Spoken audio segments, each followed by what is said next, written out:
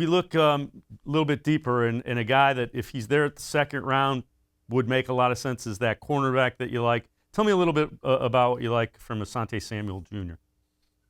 Yeah, you probably remember the name. Asante Samuel Sr. played in the league not all that long ago. Was a very good ball hawk corner. Played outside even though he's small, and his son is almost the exact same size and plays a very similar style.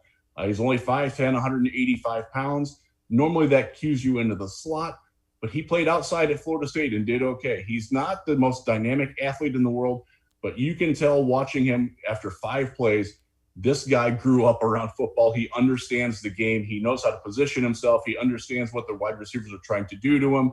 Very anticipatory cornerback and a good enough athlete that he's going to be there in that second to third round mix. And you can play him right away, and you know that you're not going to have to worry about him. Very, very low growth curve for him. This is a guy who can step right in as a rookie and contribute.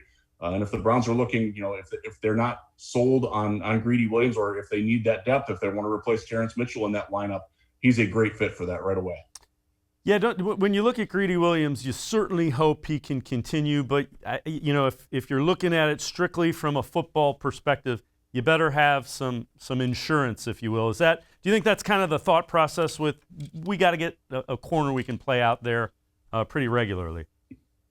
Yeah, I do see that. Now Troy Hill, and Andrew Berry mentioned it in his introductory.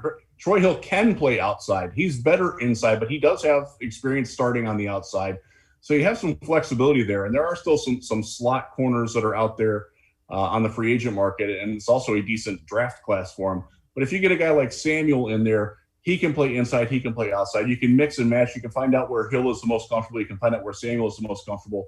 And move things around a little bit. I like that flexibility, and I think that Joe Woods and that defense would appreciate having moving pieces like that, where they're not necessarily telling the offense what they're going to do with who's lined up on who.